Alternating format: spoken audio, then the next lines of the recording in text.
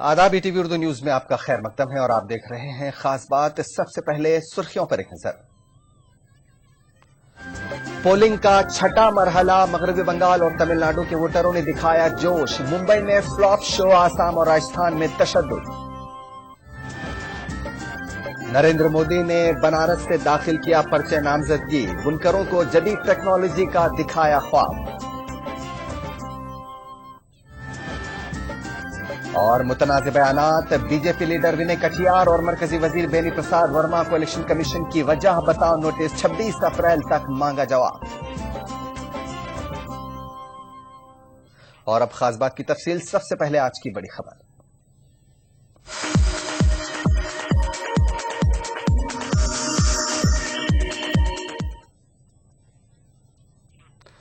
रक्स जमहूरियत का छठा मरहला बहस्न खूबी अंजाम को पहुंचा। इंतखाबात इक्का दुक्का वाकयात को छोड़कर मजमूई तौर पर पुरअमन रहे। आसाम में इंतखाबात से जुड़े तशद्दुद में एक पुलिस एहलकार हलाक हुआ। राजस्थान के दौसा में भी एक ग्रुप ने बूथ पर धावा बोला। उन्हें रोकने के लिए वहां तैनात पुलिस एहलकारों को फायरिंग करनी पड़ी, जिसके नतीजे में कुछ लोग जख्मी हुए हैं। छठे मरहले में आसाम समेत कुछ रियासतों में ईवीएम में तकनीकी खराबी की भी शिकायतें मिली, जिन्हें फौरन तब्दील करके वोटिंग के अमल को बहाल किया गया।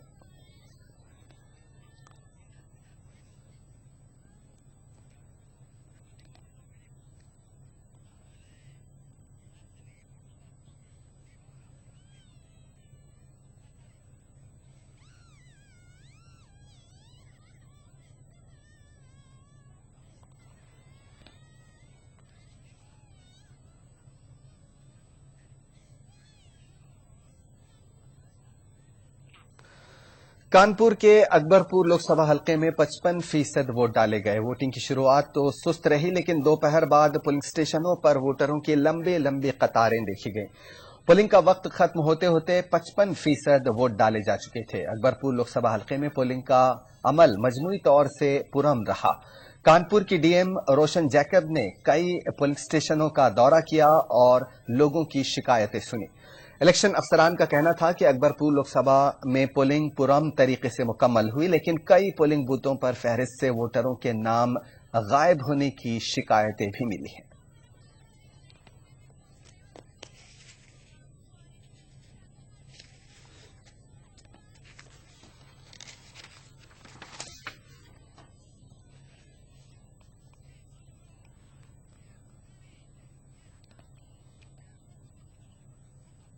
पर्चियां लेके आते हैं। जिनके पास वोटर आईडी नहीं है वो भी वोट डाल लें। जिनके पास सारे प्रूफ होते हैं और पर्ची पे जिनका नाम लिस्ट पे है वो आते हैं, उनके पास वोटर आईडी नहीं होती, उनको भगा दिया जाता है। इस तरह से न जाने कितने बुजुर्ग महिलाएं जो है वो वापस जाके गई हैं और उनकी कोई कंप्लेंट सुनने को तैयार नहीं है। यहाँ पे मेरा वोटिंग लिस्ट में नाम नहीं है, वोटर आईडी कार्ड लेके घूम रही हूँ, कोई भी नहीं कह रहा कि वोट आप डाल दो।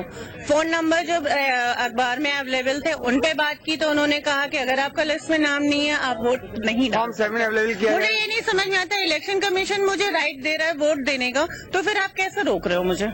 या तो इलेक्शन कमीशन गलत है या आपकी लिस्ट गलत है। मुझे ये बताओ कि गलत क्या है। इससे 2 साल पहले जो वोटिंग हुई थी उसमें भी नाम था, हमेशा नाम होता है। परिवार के 6 सदस्य हैं तो सबका लिस्ट में नाम आता है। अब क्यों नहीं आया, अब कैसे वोट डालें? सुबह से हम परेशान हो रहे हैं। हमारी 83 साल है, इसका जांच होनी चाहिए क्यों हम लोग को इतना कष्ट हो रहा है। 5 साल में हमको पहला मौका मिलता है इलेक्शन का, ये नहीं जाना चाहिए हमारे हाथ से। लोग सभी से कह रहे हैं कि भाई पूरे कानपुर शहर में जो जितने भी हमारे चाहे व्यावसायिक प्रतिष्ठान हैं चाहे जो भी, भाई आज अपने यहाँ उनको बंद कर रखिए और जितने भी हमारे यहाँ के वोटर सभी को वोट डालने के लिए अवश्य भेज दें। तो एक जो पूरे शहर में या पूरे प्रदेश में कह लीजिए एक मतदाताओं में अभूतपूर्व उत्साह है इस लोकतंत्र के सबसे बड़े महायज्ञ के लिए।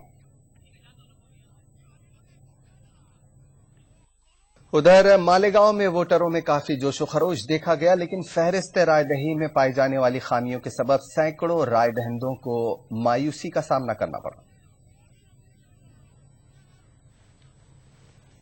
मालेगांव को कसीर अकलियती आबादी वाला शहर कहा जाता है।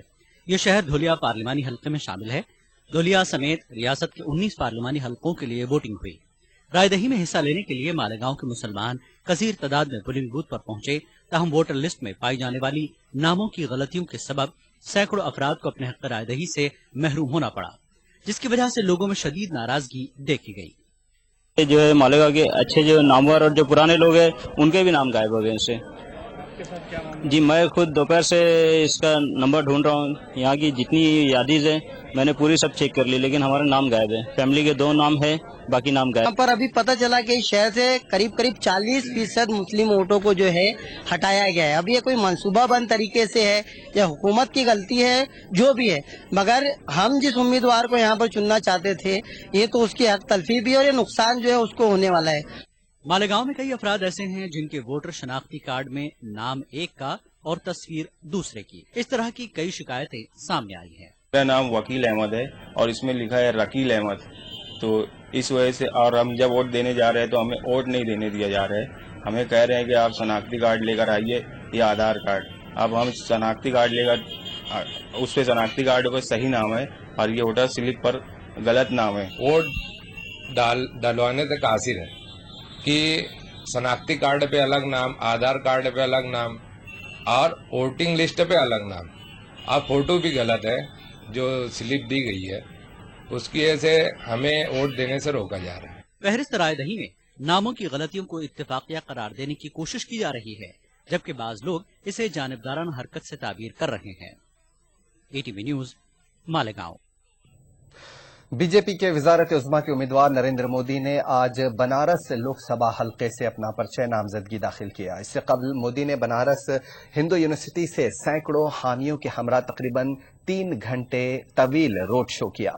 इस दौरान मोदी का शानदार इस्तकबाल किया गया और बड़ी तादाद में बीजेपी के कारकुन कलेक्टर ऑफिस के बाहर जमा थे। पर्चा नामजदगी से कबल मोदी ने मीडिया से खिताब करते हुए कहा कि वो बनारस की तरक्की के लिए काम करेंगे और उन्होंने बनारस को मुल्क का रूहानी मरकज बनाने का वादा किया।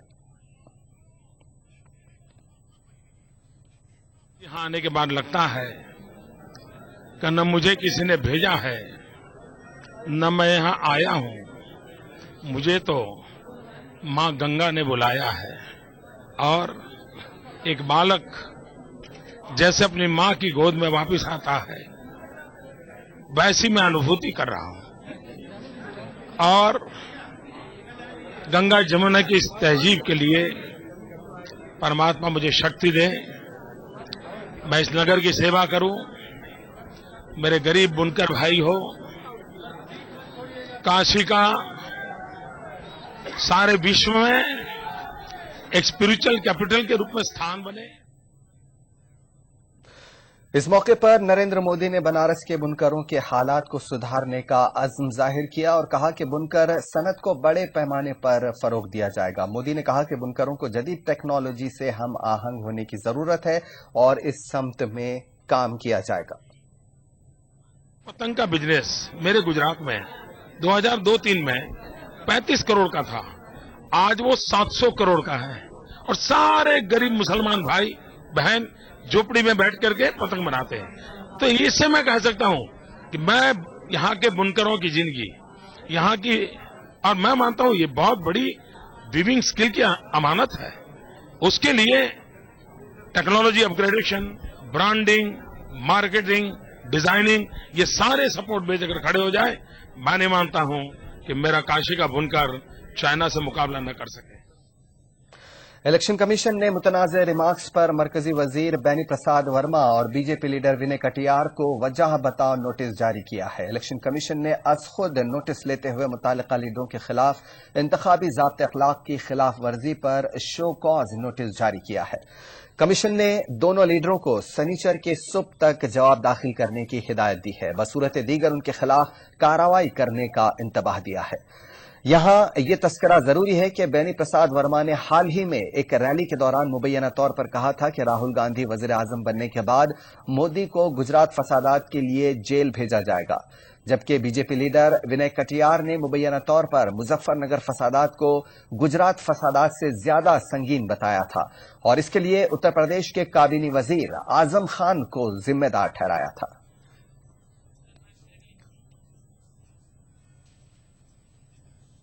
खबरें अभी और भी हैं, फिलहाल यहां लेते एक छोटा सा ब्रेक, बहुत जल्द लौटेंगे।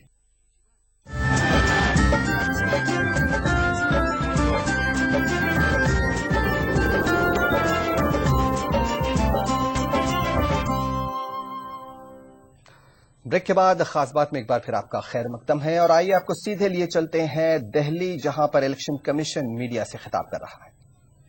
Average turnout in this Lok Sabha election is 65% compared to 55.28%, and this is the highest ever compared to 55.28% in last Lok Sabha election. Jharkhand has completed its election today. The state average turnout is 62.62%. Repeat, 62.62%, and this is the highest ever. And compared to 51.98% in last Lok Sabha election. Sorry? In the last election, it was 51.98%. Now Madhya Pradesh has completed its election today. Again, I am saying, I am not including two things. There are some reports and the postal ballots are not included. So even so, this figure will slightly increase actually, because the postal ballots or EDCs have not been included. It is just out of the polling station numbers. Madhya Pradesh has completed its election today. The state average is 61%. 61%. And as compared to बढ़ते हैं आगे। महाराष्ट्र के वजीर आला पृथ्वीराज चौहान का कहना है कि इंतखाबात में बीजेपी के वजारत उज़्मा के उम्मीदवार ने चुनावी कदरों को बालाए ताक रख जमहूरी वक़ार को मजरूह किया है। वजीर आला पृथ्वीराज चौहान से तफसीली बातचीत की ईटीवी नुमाइंदे मोहिउद्दीन ने। पेश है इंटरव्यू का कुछ हिस्सा। महाराष्ट्र में आखिरी मरहले का चुनाव होने वाला है, पार्लिमानी इंतखाबात की बात है। हमारे साथ है महाराष्ट्र के वजीर आला पृथ्वीराज चौहान साहब। हम बात करते हैं चौहान साहब से। सर, सबसे पहले ये बताइए कि मतलब चुनाव हो रहा है, बड़ी गहमागहमी है, हर पार्टी चाहती है कि मतलब वो एक दूसरे पे सबकत ले जाए। क्या रणनीति है आपकी कांग्रेस की, ताकि मतलब वो महाराष्ट्र में उसकी पकड़ बन रहे? दो चीजें हैं कि एक तो देश का यूपीए सरकार के 10 साल हो चुके हैं और 10 साल में यूपीए ने जो भी कुछ कर दिखाया है वो एक तो हम शोकेस कर रहे हैं। दूसरा, महाराष्ट्र में लगातार 3 चुनाव में 1999 से कांग्रेस, राष्ट्रवादी कांग्रेस की अलायंस गवर्नमेंट काम कर रही है। लोगों ने भारतीय जनता पार्टी को और शिवसेना को देख लिया 5 साल तक, और उनको 5 साल के उनके कार्यकाल का तुलना की, उन्होंने कंपेयर किया, और उसके बाद जो उनको सत्ता से परे किया है वो अभी तक वो सत्ता में नहीं आ सके हैं। बहुत कोशिश उन्होंने कर ली है। तो हम तो विकास की बात कर रहे हैं, लेकिन दुर्भाग्यपूर्ण बात यह है कि नरेंद्र मोदी ने चुनाव में इस घटिया किस्म से प्रचार किया है। निजी आलोचना के सिवा उन्होंने कुछ नहीं किया। कोई राष्ट्र के लिए विशाल कोई विजन या कोई दृष्टि, कोई नई स्कीमें, कोई योजनाएं कुछ नहीं बताई। और इसके चलते मैं समझता हूं कि इस चुनाव का एक प्रचार का स्तर जो एक राष्ट्रीय मुद्दों पे, विकास के मुद्दों पे होना चाहिए था, युवाओं के मुद्दों में होना चाहिए था, वो ना होते हुए निजी आलोचना का स्वरूप ले लिया। हर एक भाषण में, अगर मोदी के भाषण देखे तो हर एक भाषण में या तो सोनिया जी के खिलाफ, या तो प्रियंका जी के खिलाफ, या तो राहुल जी के खिलाफ निजी आलोचना, व्यंग कसना, घटिया बातें कहना, इसके सिवा उन्होंने कुछ नहीं किया। देश चाहता है कि अपने नेताओं से, अपने राष्ट्रीय स्तर के नेताओं से कुछ देश के विकास की बातें करें। अगर कोई कांग्रेस ने कोई गलत नीतियां अपनाई तो उसकी नीतियों की आलोचना करें। ये मैं जो योजना है बंद करने वाला हूं। इसके अलावा मैं इस तरह से उसको बदलाव करूंगा, या ये मैं नई बातें करना चाहता हूं। कुछ नहीं विजन आपको दिखा दिया। बढ़ते हैं आगे। कांग्रेस के रुकन असेंबली हसन अहमद के साथ उत्तर प्रदेश की राजधानी लखनऊ में हुई मारपीट पर दिल्ली में सियासत हो रही है। दिल्ली में जंतर मंतर पर कांग्रेस कारकुनों ने धरना दिया। एहतजाजियों ने मारपीट के कसूरवारों के खिलाफ कार्रवाई न किए जाने पर उत्तर प्रदेश हुकूमत की तनकीद की। दिल्ली कांग्रेस के साबिक सदर जेपी अग्रवाल ने इस धरने में शिरकत की। कांग्रेसी लीडरान ने हसन अहमद पर हमले को साजिश बताते हुए बीजेपी को मारपीट के लिए जिम्मेदार करार दिया।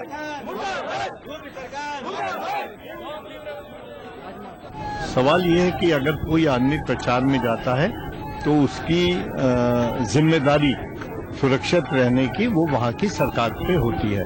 और ये ध्यान रखना चाहिए, चुनाव के समय में ऐसे हादसे होने से सरकार की बदनामी होती है। हसन अहमद हमारे सीनियर लीडर हैं, 2 बार के विधायक हैं, तो जो हमला उनके ऊपर जान से मारने का हुआ है वो सही नहीं हुआ, कड़े शब्दों में निंदा करें। देखिए, ये प्रोटेस्ट जो है वो दिल्ली प्रदेश कांग्रेस कमेटी की तरफ से है, और ये प्रोटेस्ट तमाम जितने कांग्रेस के कार्यकर्ता, उनके चाहने वाले, मेरे वालिद के जितने भी हैं, ये सब लोग उन लोगों की तरफ से है कि जिन लोगों ने भी ये हमलावर जो थे, जिन्होंने मेरे वालिद पर हमला किया है, जल्द से जल्द उनको गिरफ्तार किया जाए, क्योंकि आज 6वां दिन है और अभी प्रशासन जो है वो कोई स्टेप नहीं उठा रहा, किसी तरीके से आगे नहीं बढ़ रहा। आपकी नजर में कौन लोग हमलावर थे, किन लोगों की शय पर? देखिए, जाहिर है ये लोग बीजेपी के लोग हैं, और मैं ये समझता हूं कि एक अकेले आदमी पे हमला करना ये कोई बहुत जिद्दारी का काम तो नहीं है, बुज़दिली की निशानी है। दिल्ली से हज के लिए जाने वाले खुशनसीब आज़मीन का कुरान अंदाजी के जरिए इंतखाब हुआ। दिल्ली के तालकटोरा स्टेडियम में कुरान अंदाजी की गई। रिजर्व कैटेगरी से बाकी बची 124 सीटों के लिए कंप्यूटराइज कुरान अंदाजी की गई। इस तकरीब में सऊदी अरब के हज सेक्रेटरी बंदर बिन अल फहद मौजूद थे। इस मौके पर दिल्ली का हज कोटा बढ़ाने का भी मुतालबा किया गया। दिल्ली हज कमेटी की जानिब से तालकटोरा स्टेडियम में हजारों आज़मीन हज की मौजूदगी में कुरान अंदाजी हुई। कुरान अंदाजी में 124 खुशनसीब आज़मीन के नामों का ऐलान किया गया। इसके अलावा वेटिंग लिस्ट भी जारी की गई। इस मौके पर हज की सआदत से महरूम ज्यादातर आज़मीन काफी मायूस नजर आए। उनकी मायूसी को देखते हुए ये मुतालबा जोर शोर से उठा कि दिल्ली का हज कोटा बढ़ाया जाना चाहिए। हज कमेटी के चेयरमैन कैसर शमीम ने मायूस लोगों को दिलासा देने की कोशिश की। देखिए, कोटा जो है हर स्टेट का proportionate to the Muslim population है, तो वो एक अरिथमेटिकल कैलकुलेशन है हर स्टेट के लिए। अब दिल्ली में कम पॉपुलेशन है तो नेचुरली कम वो आएगा, उसका जो सिलेक्शन होगा हाजियों का। तो नंबर 1 है। बहरहाल मैंने कहा है कि मैं पता करूंगा अपने हेड ऑफिस से कि क्या कोई तरीका है कि हम लोग किसी स्टेट को कोई, आप ये सोचिए ना कि एक स्टेट को आप कोई स्पेशल स्टेटस देंगे तो बाकी स्टेट कहेंगी हमें क्यों नहीं, तो इसलिए कोई ऐसा हम लोग एक्शन नहीं ले सकते कि वो बात किसी की मदद करने में कोई ऐसा एक प्रॉब्लम खड़ा हो जाए। कोटा कम से कम 5-6 हजार के बीच में होना चाहिए। 8-9 हजार से कम लोग यहाँ अप्लाई नहीं करते, जैसे कि यहाँ पर 8600 लोगों ने अब के अप्लाई किया। इस साल दिल्ली हज कमेटी को 8545 दरख्वास्तें मौसूल हुई हैं, जिनमें 70 साल से ज्यादा उम्र के 245 आज़मीन रिजर्व कैटेगरी में हैं, जबकि चौथी मर्तबा दरख्वास्त देने वाले आज़मीन की रिजर्व कैटेगरी में 881 आज़मीन आए हैं। ताहम नई दरख्वास्तों की तादाद 7419 है, जिसकी वजह से 1250 के कोटे में से 1126 सीटें रिजर्व हैं। महज 124 आज़मीन के लिए कुरान अंदाजी हुई है। जो हमारे जो कोटा मिलता है वो 2001 की मर्दमशुमारी के हिसाब से मिलता है। हम कहते हैं 2011 की मर्दमशुमारी जब लागू होगी तो कोटा ऑटोमेटिक बढ़ जाएगा। तौसीए हरम की तामीरी प्रोजेक्ट की वजह से भी हज कोटे में कटौती हुई है। दूसरी तरफ हुकूमत ने इस मर्तबा प्राइवेट हज टूर ऑपरेटर्स को इजाफी कोटा अलॉट किया है, जिसका रास्त असर हज कमेटी से जाने वाले आज़मीन पर पड़ा है। ETV news, new Delhi. वक्त एक छोटे से ब्रेक का, बहुत जल्द हाजिर।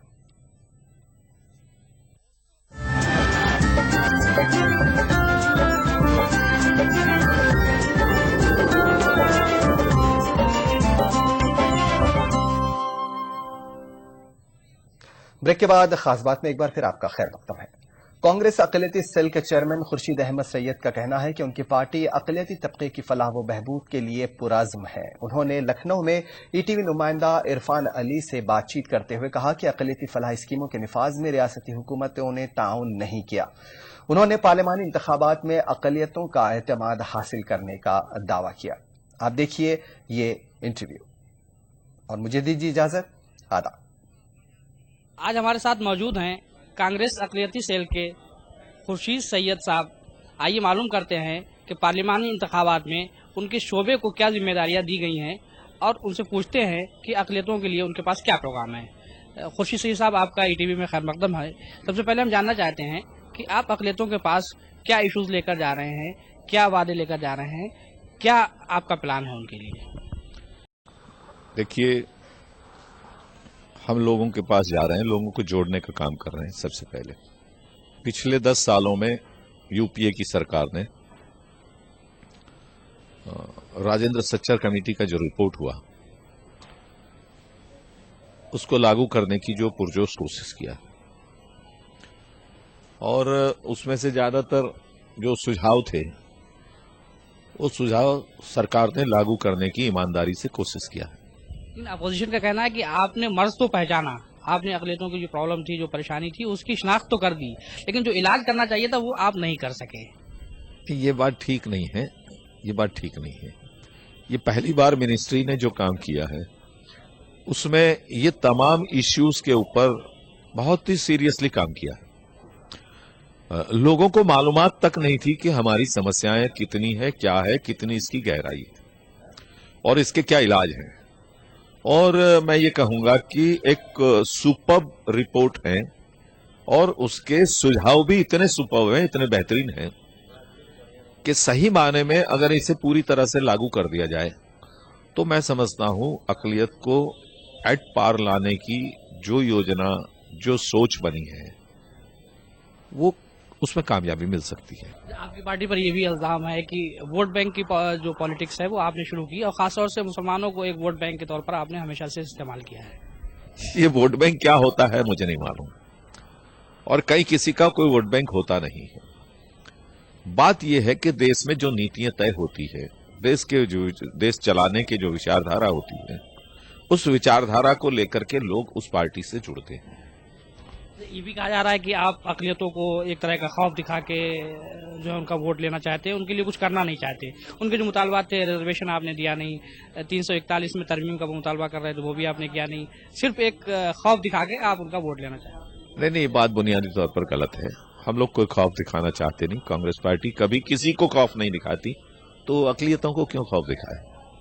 और मैं नहीं समझता ये बात में कोई सच्चाई। आपकी पार्टी को 10 साल का मौका मिला, आप कह रहे हैं कि हमने स्टेयर कमेटी बनाई, उसकी सिफारिशात को लागू करने की भी कोशिश की। अब आगे आपका क्या प्रोग्राम है जो आप नहीं कर सके, आइंदा हुकूमत में आने के बाद जो करेंगे? देखिए, इन तमाम स्कीमों के साथ हमने वक्फ एक्ट में सुधारा करने की कोशिश किया, वक्फ बोर्डों को हमने एम्पावर करने की कोशिश किया, जो वक्फ की मिल्कियतें हैं उसको प्रोटेक्ट करने की कोशिश किया है, उसका एक कमीशन बनाया, बोर्ड बनाया है। इसके अलावा भी अल्पसंख्यकों के लिए काफ़ी योजनाएं के साथ साथ उनको एम्पावर करने, उनके प्रोटेक्शन के लिए काफ़ी चीज़ें बनी हैं। हमने तो यहाँ